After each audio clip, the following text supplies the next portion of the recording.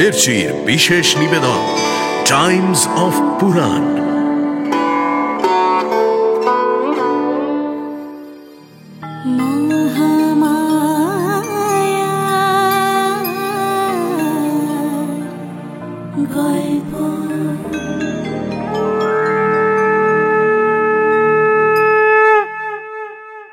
দেখা যাক ভণ্ডাসুর, তোমার মায়াবিদ্যা তোমাকে কত দূর সাহায্য করতে পারে। আমার প্রাণ রক্ষা করো, কাছে এসো, কাছে এসো। মুখোমুখি যুদ্ধ নয়, রাতের অন্ধকারে তাদের শিবির আক্রমণ করব আমরা। মানিক্য শেখর, পাষণ্ড, এ কি করছিস তুই? দেখো দেখো, এবার সর্বকালের শ্রেষ্ঠ অসুরের ক্ষমতা।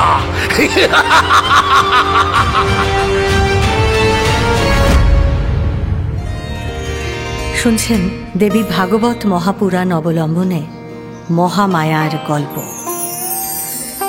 আজ শুনবেন ভণ্ডাসুর বধ। তোমাকে ভণ্ডাসুরের জন্মের কথা বললাম পরশুরাম। এবার তবে দেবী ললিতা আর ভণ্ডাসুরের প্রচণ্ড যুদ্ধের কাহিনী শোনাই। প্রভু, এই কাহিনী শুনতে শুনতে আমার মনে একটি প্রশ্ন জেগেছে। বলো বৎস, কি তোমার প্রশ্ন?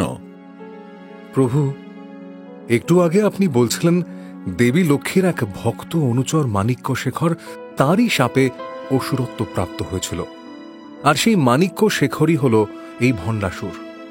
আচার্যদেব, দেবী লক্ষ্মী তো পরম করুণাময়ী, তাহলে কেন তিনি নিজেরই ভক্তকে অভিশাপ দিলেন? আমার বড় কৌতূহল হচ্ছে, এই কাহিনীটি দয়া করে বলবেন। বেশ, শোনো তবে। মানিক্য শেখর ছিল দেবী লক্ষ্মীর পরম ভক্ত। সে দেবীর দূত হয়ে বিভিন্ন স্থানে দেবীর বার্তা নিয়ে যেত। একবার দেবী লক্ষ্মী গঙ্গা তীরে মহামায়ার ধ্যান করছিলেন। মানিক্য শেখর কাছেই ছিল। মায়ের কখন কি প্রয়োজন হয় সে সবসময়ই মায়ের সেবা করতে উদ্গ্রীব। হঠাৎ তার কানে এলো নারী কণ্ঠের এক আর্তনাদ। বাঁচাও, বাঁচাও, কে কোথায় আছো? বাঁচাও আমাকে। কে কে চিৎকার করছে? শব্দটা গঙ্গার দিক থেকে আসছে না? দেখি। আরে, ওই তো একজন ডুবে যাচ্ছে। ভয় নেই, ভয় নেই, তোমার ভয় নেই, আমি আসছি। মানিক্য শেখর জলে ঝাঁপ দিল। সে সাঁতারে দক্ষ ছিল। কিছুক্ষণের মধ্যেই সেই নারীকে সে তুলে নিয়ে এল। মেয়েটি তখন অচেতন হয়ে পড়েছে। অনেক সেবা যত্ন করে তার জ্ঞান ফেরালো মানিক্য শেখর। আপনি কে মহোদয়? আপনি না থাকলে আমি হয়তো আজ মরেই যেতাম। সুন্দরী, আমি দেবী লক্ষ্মীর এক সামান্য সেবক। তুমি কে? আমি কিন্নরী, কাছেই আমার স্বামীর আশ্রম। আমি রোজ এই ঘাট থেকে জল তুলতে আসি। আজ কি যে হলো, হঠাৎ হঠাৎ মাথাটা ঘুরে গিয়ে জলে পড়ে গেলাম। আপনি না থাকলে কি যে হতো আমার। আপনার এই ঋণ কিভাবে শোধ করব আমি জানি না। সুন্দরী, তুমি এত নিষ্ঠুর কেন? একটু আগে তুমি তো মরেই যাচ্ছিলে। আমি যে তোমাকে নিজের জীবন বাজি রেখে বাঁচালাম, তার দাম দেবে না? আমি যদি তোমাকে নিবিড় ভাবে না পাই, তাহলে আমিও যে বেশিক্ষণ বাঁচব না। সুন্দরী, এসো এসো, আমার প্রাণ রক্ষা করো, কাছে এসো, কাছে এসো। না না, এ আপনি কি বলছেন? আমার স্বামী আমার অপেক্ষায় আছেন। আমি তাকে ছাড়া অন্য কোনো পুরুষকে এইভাবে? সরুন সরুন, আমার পথ ছাড়ুন, সরে যান বলছি, সরে যান। আপনি আমাকে নতুন জীবন দিয়েছেন। আপনি আমার পিতার মতো, তাই এতক্ষণ ধরে আপনার অসভ্যতা সহ্য করছি। আপনি জানেন না, সতী নারীর সঙ্গে এরকম অন্যায় কাজ করলে সেই পাপের শাস্তি কত ভয়ঙ্কর হতে পারে। পাপের শাস্তি? সুন্দরী, আমাকে আমাকে ওই সব ভয় দেখিও না। তুমি যদি ভালো কথায় রাজি না হও, তাহলে কিভাবে তোমার জেদ ভাঙতে হয় সেটা আমি খুব ভালো করে জানি। হ্যাঁ, এসো এসো, এদিকে এসো। না না, ছাড়ুন আমাকে, ছাড়ুন, ছেড়ে দিন, দয়া করুন আমাকে, দয়া করুন। তবে রে অবাধ্য নারী, এই দেখ, এই দেখ এবার আমি কি করি। কে আছো? বাঁচাও আমাকে, বাঁচাও আমাকে, বাঁচাও। কে আছো? বাঁচাও আমাকে, রক্ষা করো আমায়। মানিক্যশেখর, পাষণ্ড, এ কি করছিস তুই? মা, আমাকে রক্ষা করুন মা, এই শয়তান আমার সতী ধর্ম নষ্ট করছে। আমাকে রক্ষা করুন, আমাকে রক্ষা করুন মা, রক্ষা করুন। ভয় নেই মা, ভয় নেই। এই যে আমার উত্তরীয় দিয়ে তোমাকে ঢেকে দিলাম।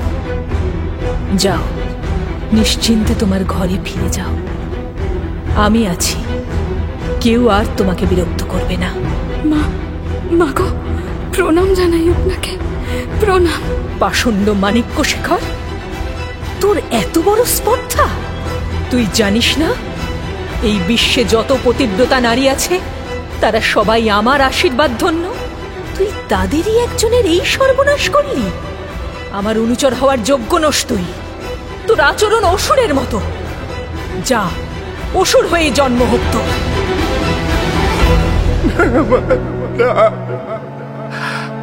আমাকে এত বড় অভিশাপ দেবেন না, দয়া করুন।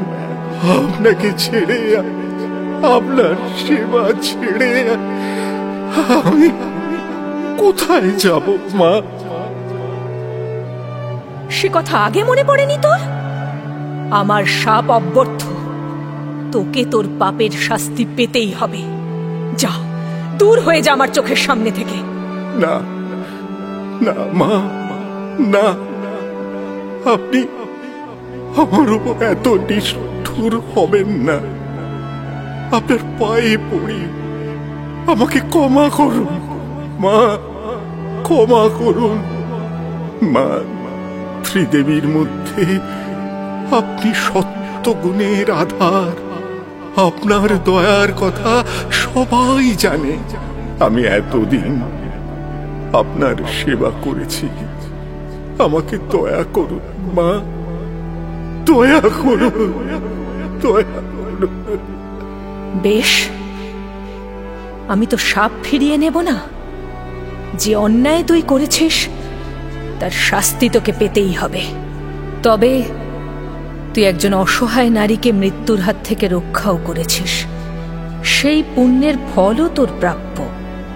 তাই অসুর জন্মে তুই বিরাট ঐশ্বর্য আর ক্ষমতা ভোগ করবি, আর তোর মৃত্যু হবে দেবী ত্রিপুরার অস্ত্রাঘাতে। তার ফলে মোক্ষ লাভ হবে তোর। তুই আবার আমার কাছে ফিরে আসবি। আপনার অনেক দয়া মা, অনেক দয়া। কিন্তু দেবী ত্রিপুরা, তিনি কে? আমি তো আপনাকে ছাড়া অন্য কাউকে জানি না। কে সেই দেবী যিনি যিনি আমার মৃত্যুর কারণ হবেন? সমস্ত জীবের মধ্যে যে চেতনা রয়েছে তারই সমষ্টিভূত মূর্তি হলেন দেবী ত্রিপুরা। তিনি পরমেশ্বরী। তাঁর ক্রোধ থেকে আবির্ভূত হন দেবী কালী। তাঁর বাণী থেকে জন্ম নেন দেবী তারা। আর তাঁর পরাক্রম থেকে আবির্ভাব ঘটে দুর্গতি নাশিনী দেবী দুর্গার। তাঁর লীলাবশত তিনি অবতীর্ণ হবেন ললিতা মূর্তিতে। সেই ললিতা অবতারেই তিনি তোকে সংহার করবেন। কিন্তু মা, আমি চিরকাল আপনার সেবা করেছি। আমি যে আপনাকে ছাড়া অন্য কাউকে জানি না। দেবী ললিতার হাতে মৃত্যু হলে আপনার কাছে কি করে ফিরব মা? বৎস, আমি আর ললিতা সর্বতোভাবে এক ও অভিন্ন। তাই ললিতার অস্ত্রে তোর অসুর দেহ বিনষ্ট হলে তুই আমার কাছেই ফিরে আসবি। আপনার অশেষ দয়া মা, অশেষ দয়া। মা, এত দয়া যদি করলেন তবে আরেকটি অনুগ্রহ করুন। অসুরদের বংশে অনেক পাপ, তাই কোনো অসুর পরিবারের পিতামাতার সন্তান হয়ে আমি জন্মাতে চাই না মা। আপনার কোনো ভক্তের, আপনার কোনো প্রিয় সন্তানের দেহ থেকেই যেন আমার জন্ম হয় মা। অধমকে এই দয়াটুকু করবেন মা। উত্তম, তাই হবে। কোনো অসুর পত্নীর গর্ভে তোকে জন্মাতে হবে না। আমার কোনো প্রিয় ভক্ত সন্তানের দেহই হবে তোর জন্মের কারণ। আর যুদ্ধে তুই নিহত হওয়ার আগে আমি নিজে তোকে তোর পরিচয় স্মরণ করিয়ে দেব। বৎস পরশুরাম, এই হলো মানিক্য শেখরের কাহিনী। এইবার তোমার প্রশ্নের উত্তর পেয়েছ তো? এইবার বুঝতে পেরেছি প্রভু।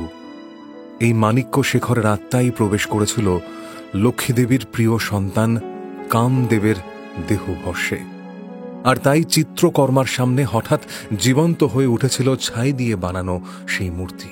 হ্যাঁ পরশুরাম, ঠিক তাই। প্রভু, ললিতা দেবী আর লক্ষ্মী দেবী এক হলেন কি করে? শোনো বৎস, একবার দেবী ত্রিপুরার আরাধনায় মগ্ন হয়েছিলেন দেবী লক্ষ্মী। বহুকাল ধরে ধ্যানের পর তার সামনে দেবী ত্রিপুরার আবির্ভাব ঘটল। দেবী ত্রিপুরা বললেন, হে বিষ্ণুপ্রিয়া, তুমি কেন আমার ধ্যানে মগ্ন রয়েছ? কি তোমার মনের ইচ্ছা? দেবী, আমি তোমার সঙ্গে সাযুজ্য পেতে চাই। ঋষিরা বলেন তুমি আর আমি এক ও অভিন্ন, তাহলে আমাদের পৃথক শরীর কেন? যদি আমি তোমারই মধ্যে মিশে গিয়ে তুমি হয়ে উঠি, সে কি আরো আনন্দের বিষয় হবে না দেবী? তোমার এই ইচ্ছার কথা শুনে আমি বড় আনন্দ পেলাম কমলা, কিন্তু তুমি যে ভগবান বিষ্ণুর অর্ধাঙ্গিনী, তার সহধর্মিনী তুমি, তোমাকে ছাড়া তিনি বিশ্ব সংসার পালন করবেন কিভাবে? তোমার বিরহ সহ্য করার ক্ষমতাও যে তার নেই দেবী।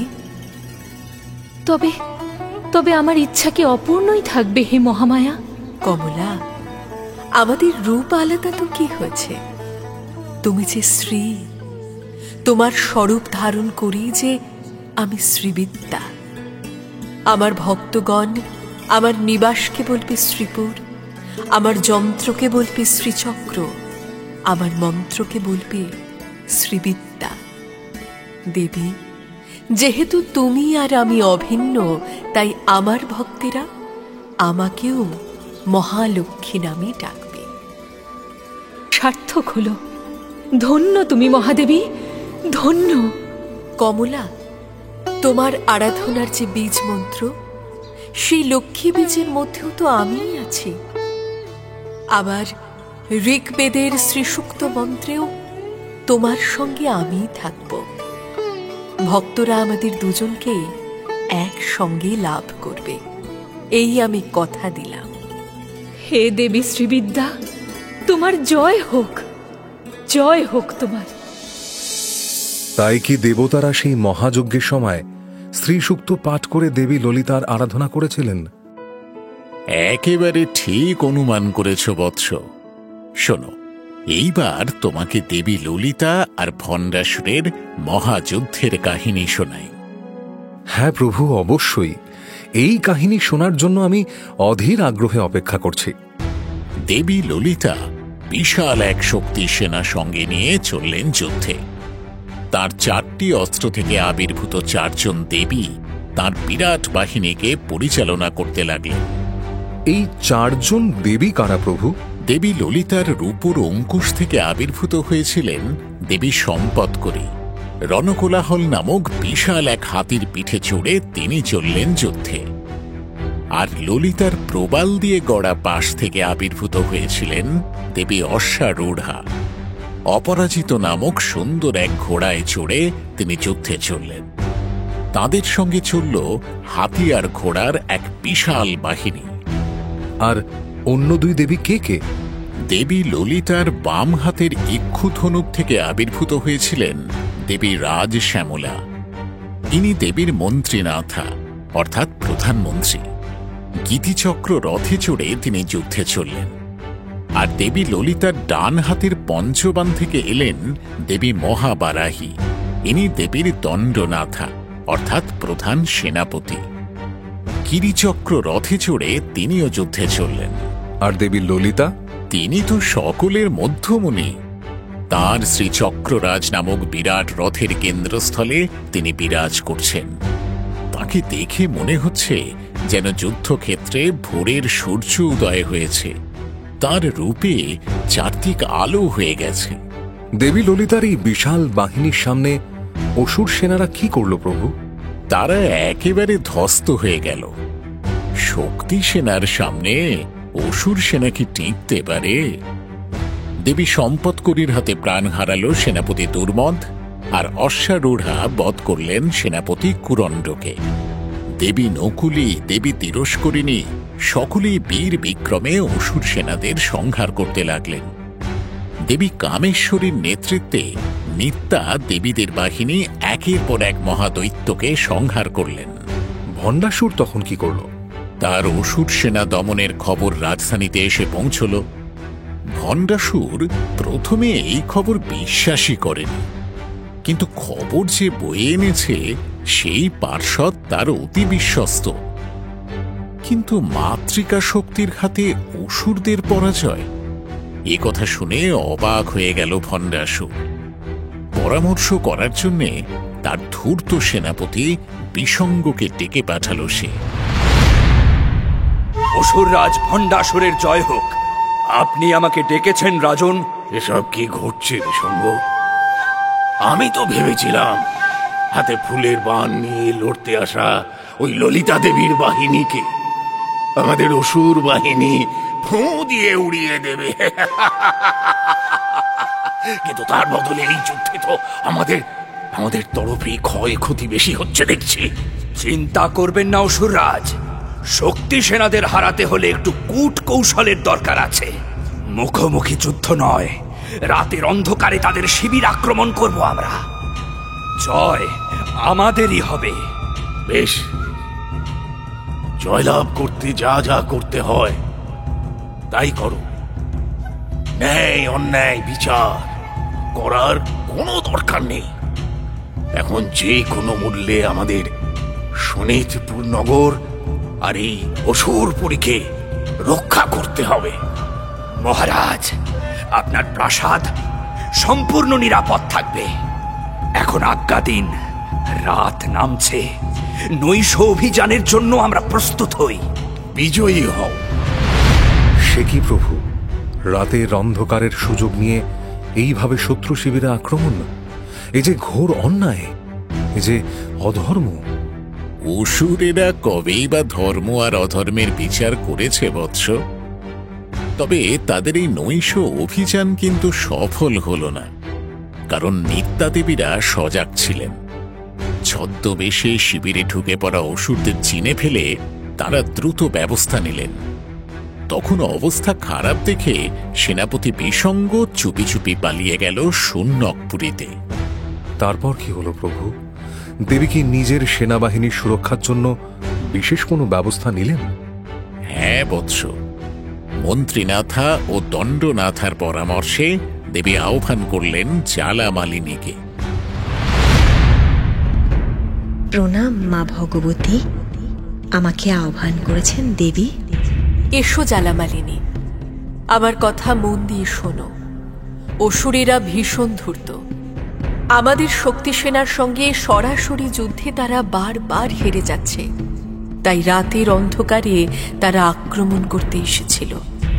বিজয়লক্ষ্মী এবারেও আমাদেরই বরণ করেছেন, কিন্তু আমাদের সাবধান হতে হবে। আমার জন্য কি আদেশ ভগবতী, দয়া করে বলুন। কাল রাতে ভণ্ডের সেনাপতি বিষঙ্গের চোরাগুপ্তা আক্রমণ ঠেকাতে তুমি আর বহ্নিবাসিনী খুব দ্রুত ব্যবস্থা নিয়েছিলে। সারা যুদ্ধক্ষেত্র আলোয় ভরিয়ে তুলেছিলে তোমরা। তাই দেবী কামেশ্বরী সহজেই নিজের বাহিনী নিয়ে অসুরদের হটিয়ে দিতে পেরেছেন। তোমায় অনেক ধন্যবাদ। সবই যে আপনার অনুগ্রহ দেবী। শোনো জ্বালামালিনী, এইবার তুমি আমাদের সেনাবাহিনীর সুরক্ষার জন্য বিশাল এক অগ্নিবলয় গড়ে তোলো। রাত্রে তার মধ্যে আমাদের শক্তি সেনা নিশ্চিন্তে বিশ্রাম করবে। শত্রুপক্ষের কোনো লোক যেন এই অগ্নিবলয় ভেদ করতে না পারে। যথা আজ্ঞা দেবী।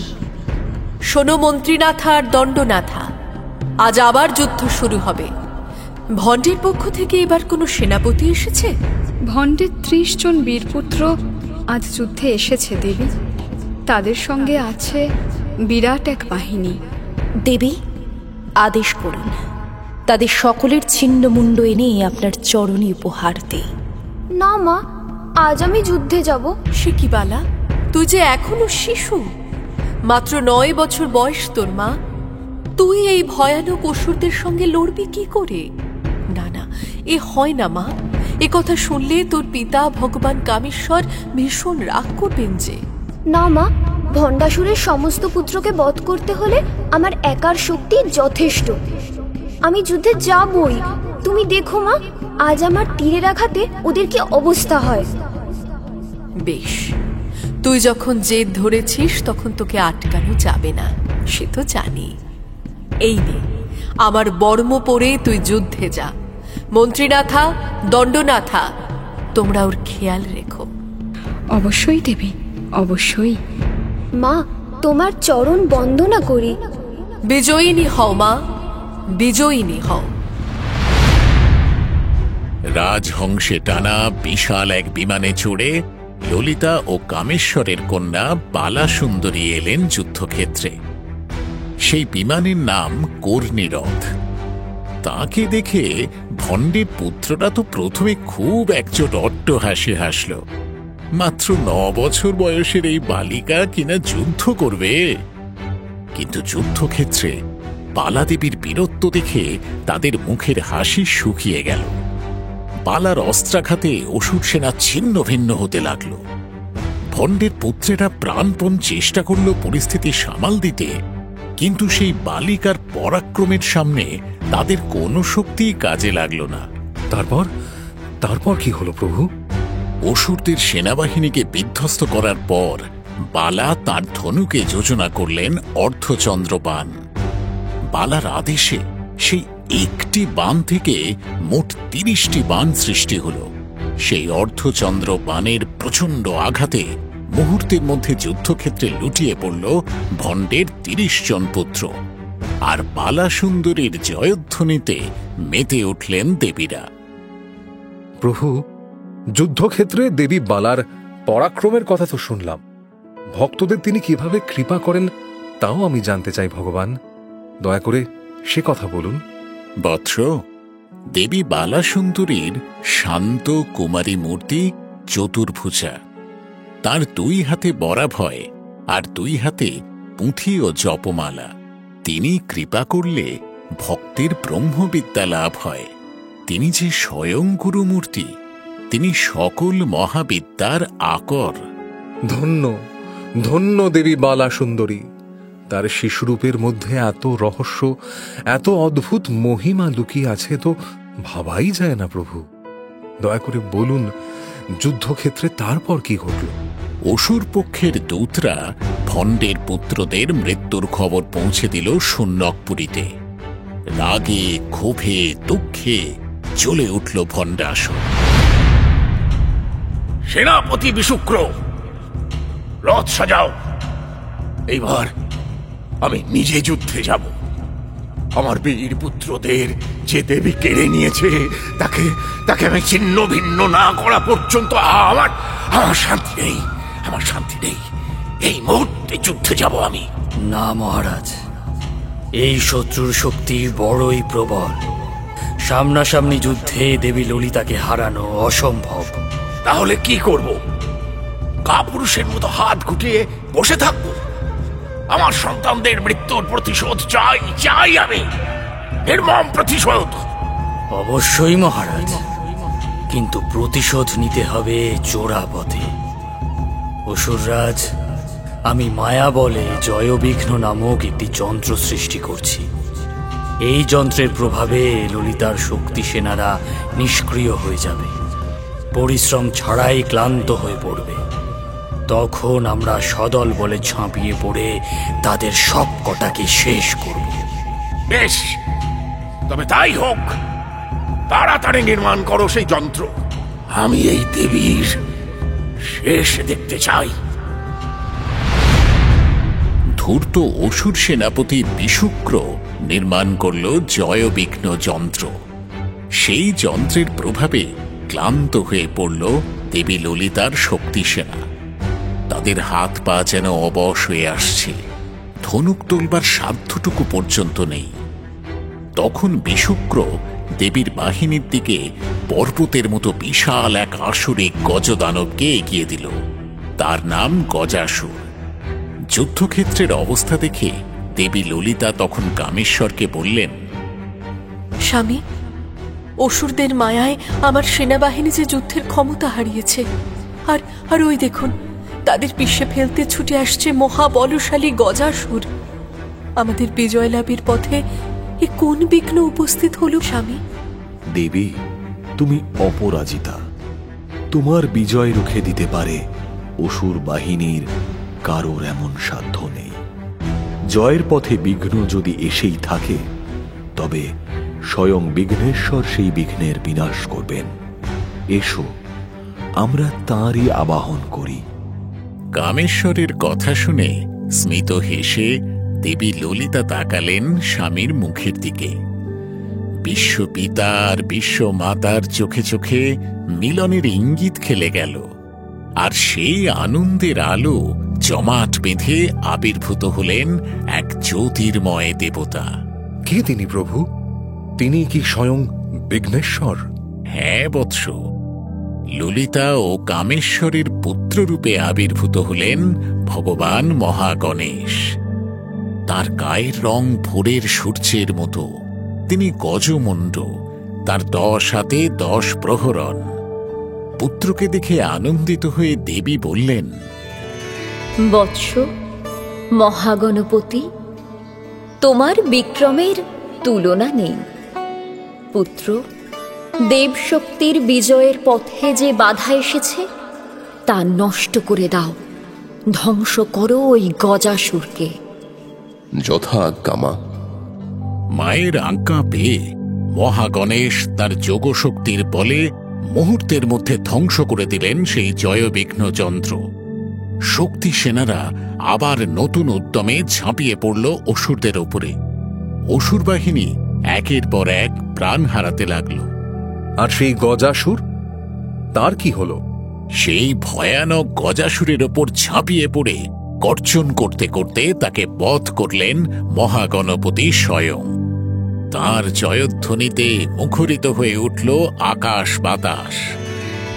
প্রণাম মা, প্রণাম পিতা। আপনাদের আশীর্বাদ ছাড়া আমার এই বিজয় লাভ সম্ভব হতো না। বৎস মহাগণেশ, তোমার কল্যাণ হোক।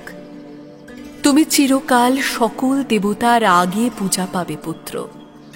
তোমার ভক্তদের সাফল্যের পথে সব বিঘ্নকে তুমি নাশ করবে। বৎস, তুমি যশস্বী হও। প্রভু, এই মহাগণেশের মহিমা আমি আরো বিস্তারিতভাবে জানতে চাই। দয়া করে আমাকে তার কথাও একটু বলুন। বেশ, শোনো তবে।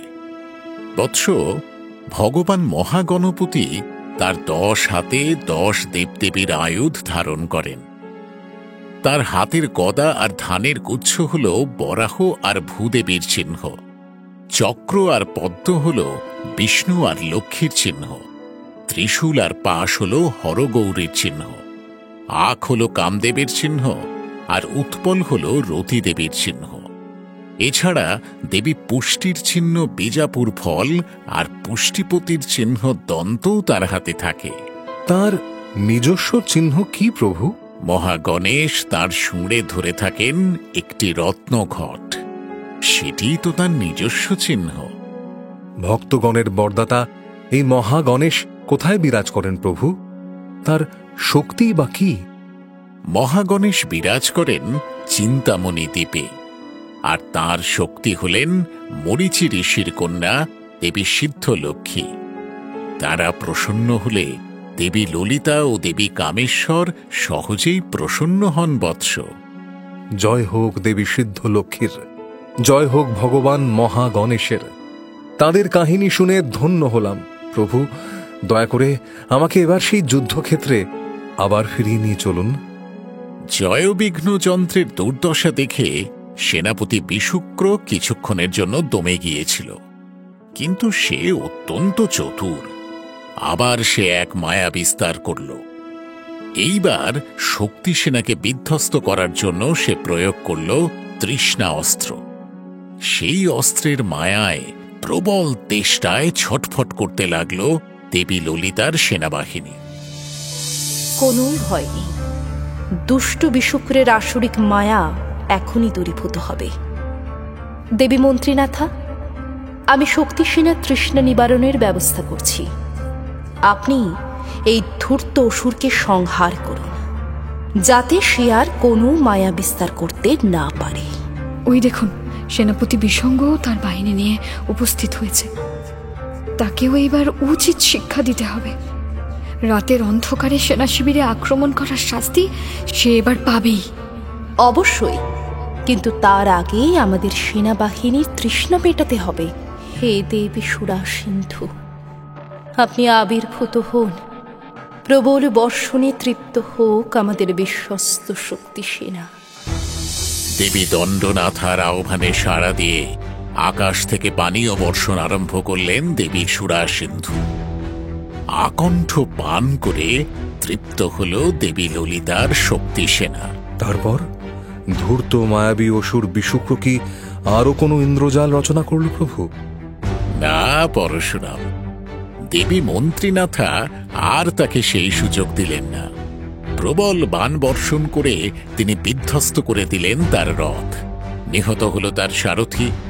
অবশেষে দেবী মন্ত্রীনাথার ব্রহ্মশিরস্ত্রের আঘাতে মাটিতে লুটিয়ে পড়ল ধূর্ত অসুর বিশুক্র।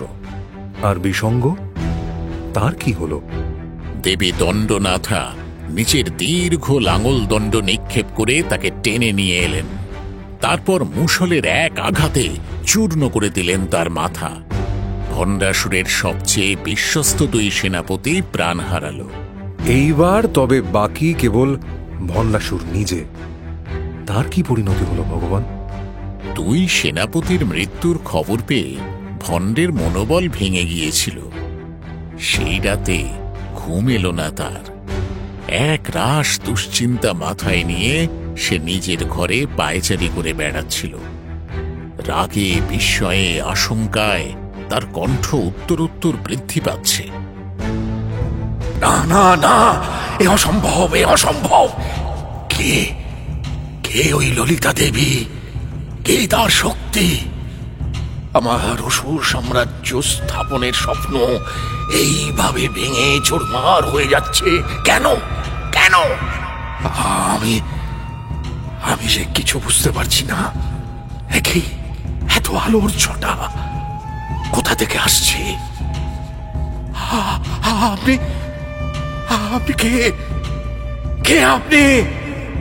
আমার কাছে এসেছেন কেন?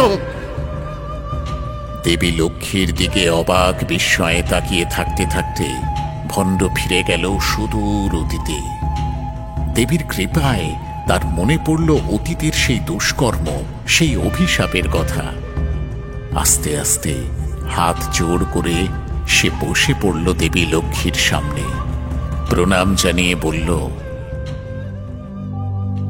মা, এত দয়া আপনার, সন্তানের প্রতি আপনার এত করুণা। আপনি নিজে এসেছেন এই পাপময় অসুরের জীবন থেকে আমাকে মুক্তি দিতে। তবে তবে তাই হোক মা, ভস্য করে দিন আমার এই অসুর দেহ। আমি আবার আবার ফিরে যাই আপনার সেবায়। বৎস মাণিক্য শেখর, আমি বিষ্ণুপ্রিয়া লক্ষ্মী দেবী। আমি তোমার মা। তোমার অসুর জন্মের পালা যে শেষ হতে চলেছে, স্মরণ করো কে তুমি। মনে পড়ে গঙ্গা তীরের সেই দিনটির কথা? মা, আমাকে তবে কি আদেশ করেন? বৎস, তুমি মহাবীর। যুদ্ধক্ষেত্রে বীরের মৃত্যুই তোমার ভবিতব্য। দেবী ললিতার মহিমা তুমি বুঝতে পারোনি, তাই দুঃখ পাচ্ছ। দেবী ললিতার আড়ালে আমিই তো তোমাকে মুক্তি দেব পুত্র। তিনি আর আমি যে অভিন্ন। কাল প্রভাতে তুমি নির্ভয়ে যুদ্ধে যাও বৎস। যুদ্ধক্ষেত্রেই তুমি অসুর দেহ থেকে মুক্তি পাবে।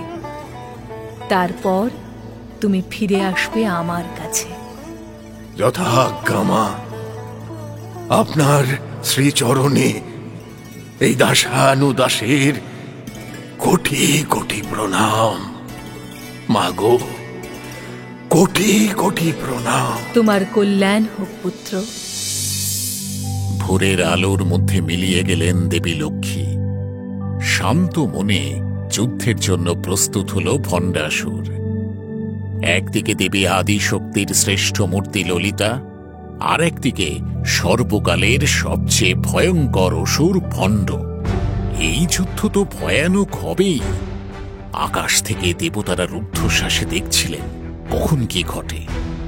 ভণ্ডাসুর এমন সব অস্ত্রের প্রয়োগ করছিল যা এর আগে কোনো অসুর করেনি। কি কি অস্ত্র নিক্ষেপ করলো প্রভু? পাখণ্ড অস্ত্র নিক্ষেপ করে ভণ্ড দেবীপক্ষকে ধর্মচ্যুত করতে চাইল। দেবী তখন নিক্ষেপ করলেন গায়ত্রী অস্ত্র। অন্তকস্ত্র প্রয়োগ করল ভণ্ডাসুর। তার ইচ্ছে দেবী ললিতার অন্ত ঘটাবে সে। কিন্তু বৈদিক মন্ত্র পাঠ করে মহামৃত্যুঞ্জয় অস্ত্র নিক্ষেপ করলেন দেবী ললিতা। ভণ্ডের অস্ত্র ব্যর্থ হয়ে গেল। প্রভু, দেবী ললিতা কি বিভিন্ন বৈদিক মন্ত্রকেই অস্ত্র হিসেবে ব্যবহার করেছিলেন? হ্যাঁ পরশুরাম, ঠিক তাই। ভণ্ড যখন মহারোগ অস্ত্র নিক্ষেপ করল, দেবী তখন প্রয়োগ করলেন বৈষ্ণবাস্ত্র। অচ্যুত, অনন্ত, গোবিন্দ, বিষ্ণুর এই 3 রোগনাশক মূর্তির প্রভাবে ভণ্ডের অস্ত্র ব্যর্থ হয়ে গেল। ভণ্ড তখন গর্জন করতে করতে বলল, ওই দেবী, কি ভেবেছ? আমার কয়েকটি অস্ত্রকে ব্যর্থ করেছ, আর তার মানে তুমি যুদ্ধে জিতে যাবে? দেখো দেখো, এবার সর্বকালের শ্রেষ্ঠ অসুরের ক্ষমতা।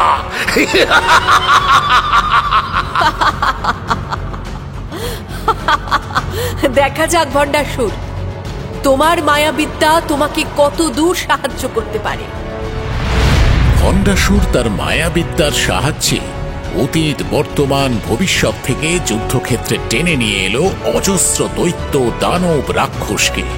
হুঙ্কার দিয়ে তারা ছুটে গেল দেবী ললিতার শ্রীচক্ররাজ রথের দিকে।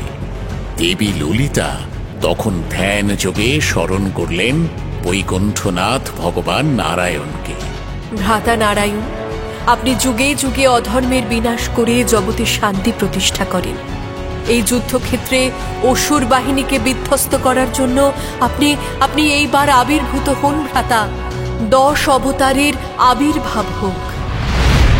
দেবী ললিতার আহ্বানে তার হাতের 10টি নখ থেকে 10 অবতার মূর্তিতে আবির্ভূত হলেন প্রভু নারায়ণ। অসুর বাহিনীর সঙ্গে শুরু হল অবতার বাহিনীর প্রবল সংগ্রাম। বিষ্ণুর কোন অবতার কোন কোন অসুরকে দমন করলেন প্রভু? মৎস্য অবতার দমন করলেন অশ্বমুখ অসুরকে, কূর্ম অবতার দমন করলেন অর্ণবাসুরকে, বরাহ আর নরসিংহের হাতে প্রাণ হারালো হিরণ্যাক্ষ আর হিরণ্যকশিপু। বামন অবতার বলিরাজকে দমন করলেন, আর তোমারই আর এক মূর্তি পরশুরামের হাতে প্রাণ হারালো হৈহয় অসুর। তারপর রাক্ষসরাজ রাবণও নিশ্চয়ই সেই অসুর বাহিনীর মধ্যে ছিল তাকে কে বধ করলেন প্রভু? রাক্ষসরাজ রাবণকে বধ করলেন অযোধ্যাপতি শ্রীরাম, কংসকে বধ করলেন বাসুদেব, দিবিদকে বধ করলেন বলরাম, কলিরাজ আর তার অনুচরদের দমন করলেন কল্কি, আর শেষে সম্ভব মূর্তির হাতে বিনষ্ট হল মহামোহ নামক অসুর। এইবার কি তবে ভণ্ডাসুরের অন্তিম মুহূর্ত ঘনিয়ে এলো প্রভু? হ্যাঁ বৎস, পাশুপত আর নারায়ণ অস্ত্রের প্রয়োগে ভণ্ডের সেনাবাহিনী আর সেনানায়কদের বিধ্বস্ত করার পর এইবার দেবী ললিতা তার ইক্ষুধনুকে জুড়লেন তার শ্রেষ্ঠ অস্ত্র, কামেশ্বরাস্ত্র। অসুররাজ, এইবার তোমার মৃত্যুর জন্য প্রস্তুত হও। আকাশ আলো করে ছুটে এলো সেই কামেশ্বরাস্ত্র। তার প্রচন্ড তেজে ভস্ম হয়ে গেল অসুররাজ ভণ্ড, পুড়ে ছারখার হয়ে গেল তার শূন্যপুরী। দেবীরা বাজালেন বিজয় শঙ্খ। দেবতারা দেবী ললিতার নামে জয়ধ্বনি দিয়ে আকাশ বাতাস কাঁপিয়ে তুললেন। জয় ভণ্ডাসুর নাশিনী দেবী ললিতার জয়, জয় ভণ্ডাসুর নাশিনী দেবী ললিতার জয়, জয় ভণ্ডাসুর নাশিনী। হে পরমেশ্বরী, হে জগন্মাতা, জয় হোক আপনার। মা, আপনি ভণ্ডাসুরকে বধ করে দেবতাদের মহাভয় থেকে মুক্তি দিয়েছেন। এইবার তবে আমার আরেকটি অনুরোধ রাখুন মা। বলো বৎস, কি তোমার নিবেদন? মা, আমার প্রিয় বন্ধু কামদেব দেবতাদের কাজে সাহায্য করতে গিয়ে ভগবান রুদ্রের কোপে পুড়ে ছাই হয়ে গিয়েছেন। তাঁর বিধবা স্ত্রী রতি বড় কষ্ট পাচ্ছেন। মা, আপনার কৃপায় কামদেব আবার পুনর্জীবন লাভ করুন, এই আমার নিবেদন। তথাস্তু। দেবী ললিতা আর ভগবান কামেশ্বর মৃদু হেসে একে অপরের মুখের দিকে তাকালেন। দেবী তার চোখের মধ্যে মদন দেবের অন্তরাত্মাকে সযত্নে লুকিয়ে রেখেছিলেন। দেবীর কৃপায় এইবার আগের চেয়েও সুন্দর দেহ নিয়ে সকলের সামনে আবির্ভূত হলেন কামদেব। দেবতারা দেবী ললিতার জয়ধ্বনি দিতে লাগলেন।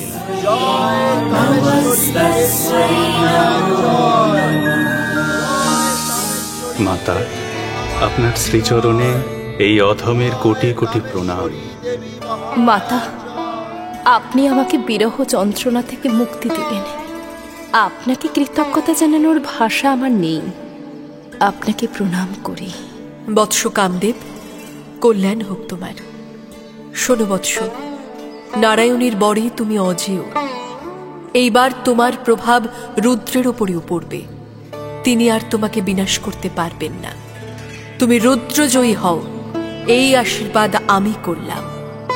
বৎস, অদৃশ্য রূপেই তুমি সমগ্র বিশ্বের জীবকুলকে নিয়ন্ত্রণ করবে। তোমার কৃপায় সকলে আনন্দও পাবে, আবার নতুন প্রাণ সৃষ্টি করার ক্ষমতাও লাভ করবে। বৎস, তুমি বিশ্বজয়ী হও। দেবরাজ ইন্দ্র, আদেশ করুন মা। নিশ্চিন্ত হও বৎস, এইবার রুদ্র ও উমার বিবাহ হবে, আর তোমাদের শত্রু তারকাসুরকে বধ করবে তাঁদের পুত্র। দেবরাজ, এইবার আমার নিজ লোকে ফিরে যাওয়ার সময় হলো। মা, এরপর যখনই ত্রিভুবনে কোনো গভীর সংকট দেখা দেবে আপনি আসবেন তো মা? অবশ্যই আসব। যুগে যুগে আসুরিক শক্তিকে বিনাশ করার জন্য আমাকে যে ফিরে আসতেই হবে। আমাকে স্মরণ করলেই আমি আবির্ভূত হয়ে অসুরকে বিনাশ করব, এই আমার প্রতিজ্ঞা রইল। বৎসগণ, তোমাদের কল্যাণ হোক। দেবতাদের আশীর্বাদ করে দেবী ললিতা ফিরে গেলেন নিজ লোকে। কামদেব চললেন বৈকুণ্ঠে পিতামাতার কাছে। এদিকে লক্ষ্মী দেবীর দূত মাণিক্য শেখরও তখন অভিশাপ থেকে মুক্তি পেয়েছে। সেও ফিরে গেল লক্ষ্মী নারায়ণের কাছে। ভগবান বিষ্ণু তাদের স্বাগত জানিয়ে বললেন, এসো পুত্র কামদেব, এসো পুত্র মাণিক্য শেখর। বৈকুণ্ঠ ধামে তোমাদের স্বাগত। তোমাদের মা বহুদিন ধরে তোমাদের জন্য অপেক্ষা করছেন। প্রণাম মা। প্রণাম পিতা। তোমাদের কল্যাণ। মা, তুমি আর আমায় নিয়ে ভয় পেও না।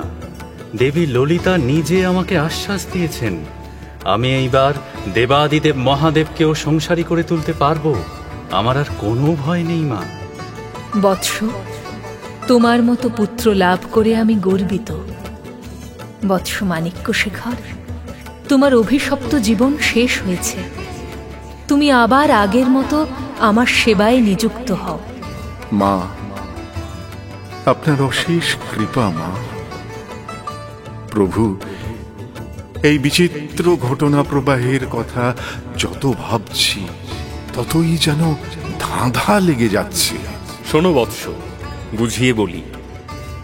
কাম হলো সকলের স্বাভাবিক প্রবৃত্তি।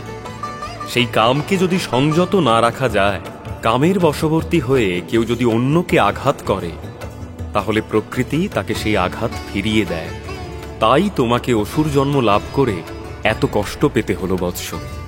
আর কামকে জোর করে দমন করতে চেষ্টা করাও কি ঠিক পিতা? না, তাও ঠিক নয়। যোগের পথে চলতে গিয়ে কেউ যদি কামকে জোর করে দমন করার চেষ্টা করেন, তবে সেই কাম কখনোই ধ্বংস হয় না। তার রূপ বদলে বিকৃত আসুরিক হয়ে ওঠে। সেই বিকৃত কাম কি ভণ্ডাসুর প্রভু? হ্যাঁ বৎস, কামের অসংযম আর কামের অতিরিক্ত সংযম দুই ক্ষতিকর। যোগীদের এই কথা সবসময় মনে রাখতে হবে। তা না হলে তাঁরাও কিন্তু এক একটি ভণ্ডে পরিণত হবেন। তাহলে যোগীদের কর্তব্য কি পিতা? নিজের সমস্ত কাম বাসনা যদি ভগবানকে অর্পণ করা যায়, তাহলেই তো যোগের সার্থকতা। ধন্য হলাম প্রভু, ধন্য হলাম। কাম তত্ত্বের এই অপূর্ব ব্যাখ্যা শুনে আমি ধন্য। তারপর পার্বতী আর শঙ্করের মিলন কিভাবে হলো তা দয়া করে বলুন। শোনো তবে, তোমাকে তো বলেছিলাম দেবী পার্বতী শিবের মন জয় করার জন্য রাজপ্রাসাদের সব ভোগবিলাস ত্যাগ করে কঠিন তপস্যায় বসেছিলেন। সেই মহাযোগিনীর মতো এত কঠোর সাধনা আর কেউই করতে পারে না বৎস। কিভাবে সাধনা করছিলেন দেবী পার্বতী? বৈশাখ মাসের কঠোর গ্রীষ্মে পার্বতী পঞ্চতপা নামক সাধনায় মগ্ন হয়েছিলেন। সূর্য ওঠার আগেই স্নান করে খোলা আকাশের নিচে তিনি আসন পেতে বসতেন। তার চারিদিকে জ্বলত বিশাল 4টি অগ্নিকুণ্ড। সারা দিন প্রখর সূর্যের দিকে তাকিয়ে শিবের ধ্যান করতেন তিনি। এই হল পঞ্চতপা। কি সাংঘাতিক! মহাযোগিনী না হলে এই কঠোর তপস্যা করা যে মানুষের অসাধ্য প্রভু। শীতকালেও কি দেবী একই রকম কঠোর সাধনা করতেন? হ্যাঁ বৎস, শীতকালে সারা রাত্রি তিনি গলা পর্যন্ত ডুবে থাকতেন হিম শীতল সরোবরের জলে। তার মুখটি সাদা কুমুদ ফুলের মতো জেগে থাকত জলের ওপর, আর সারা রাত ধরে তিনি জপ করতেন শিব মন্ত্র। পার্বতী তখন যোগীদের মতোই বলকল পড়তেন বৎস। রুদ্রাক্ষের মালা ছাড়া তার গায়ে আর কোনো অলংকার ছিল না, কিন্তু তাতে তার সৌন্দর্য এতটুকুও কমেনি। কারণ তার অপার্থিব রূপ সুন্দর হয়ে ওঠার জন্য তার কোনো দামি পোশাক কিংবা রত্ন অলংকারের প্রয়োজন হয় না। কোনো মানুষ কখনো এমন কঠোর তপস্যা করতে পারবে না। পার্বতী প্রথমে ফলমূল আহার করতেন, ক্রমে তাও বন্ধ করলেন। তখন তার আহার বলতে ছিল কেবল বেলপাতা। তাও সেই বেলপাতা তিনি নিজে গাছ থেকে ছিঁড়তেন না। যেসব পাতা আপনা আপনি শুকিয়ে খসে পড়ত তাই কেবল গ্রহণ করতেন। কিন্তু তপস্যার কঠোরতা যত বৃদ্ধি পেল, তিনি একসময় তাও ত্যাগ করলেন। তখন ঋষিরা তার নাম দিলেন অপর্ণা। অপর্ণা, এই নামের অর্থ কি প্রভু? পর্ণ কথাটির মানে হচ্ছে পাতা। যে সাধিকা পর্ণ অর্থাৎ পাতা পর্যন্ত আহার করেন না, তিনিই তো অপর্ণা। কেবল জল পান করে দিনের পর দিন তপস্যা করে চললেন দেবী পার্বতী। এত কঠোরতা সত্ত্বেও কি মহাদেবের মন গড়ল না প্রভু? ধৈর্য হারিও না বৎস, হর পার্বতীর মিলন আসন্ন। তুমি মন দিয়ে এবার সেই মহামিলনের কাহিনী শোনো পরশুরাম।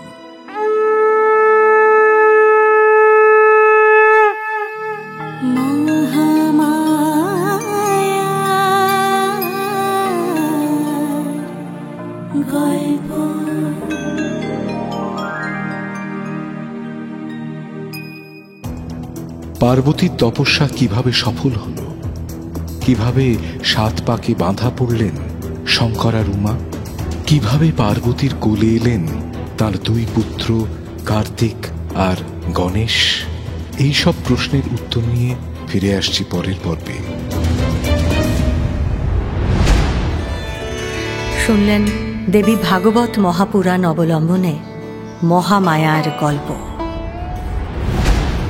মুখ্য ভূমিকায় দত্তাত্রেয়, সঞ্জয় দত্ত, পরশুরাম, সৌম্যাদিত্য মুখার্জি, দেবী পিয়ালি পাঠক, বিষ্ণু সৌমেন চক্রবর্তী, কাম উৎসব চৌধুরী, ভণ্ডাসুর মানিক্য শেখর, পার্থ রায়, রতি শ্রীতমা চ্যাটার্জি, কিন্নরী মন্ত্রীনাথা দেবী, সৌমি দত্ত, বিসঙ্গ ইন্দ্র আর্য জানা, বলা দেবী, শ্রীময়ী বিশ্বাস, দণ্ডনাথা দেবী, শ্রীতমা চ্যাটার্জি, বিষ্কুড়া দেবতা শুভম সাহা, জালামালিনী দেবী, সঙ্গীতা গাঙ্গুলি, মহাগণেশ সৃজন নাথ, লক্ষ্মী অমৃতা রায়, কামেশ্বর শিব অর্ঘ্যমাল্য মাইতি। নাট্যরূপ মহুয়া বন্দ্যোপাধ্যায় ও উৎসব চৌধুরী, শব্দগ্রহণ সত্যজিৎ সেন, শব্দ পরিকল্পনা আবহ ও মিশ্রণ সব্যসাচী মুখার্জি, পরিচালনায় শাওলি মজুমদার, সৃজনশীল পরিচালনা ইন্দ্রাণী চক্রবর্তী, প্রযোজনা প্যাস্টেল এন্টারটেইনমেন্ট। টাইমস অফ পুরাণ আপনার জন্য মির্চি বাংলা ইউটিউব চ্যানেল এবং গানা অ্যাপে।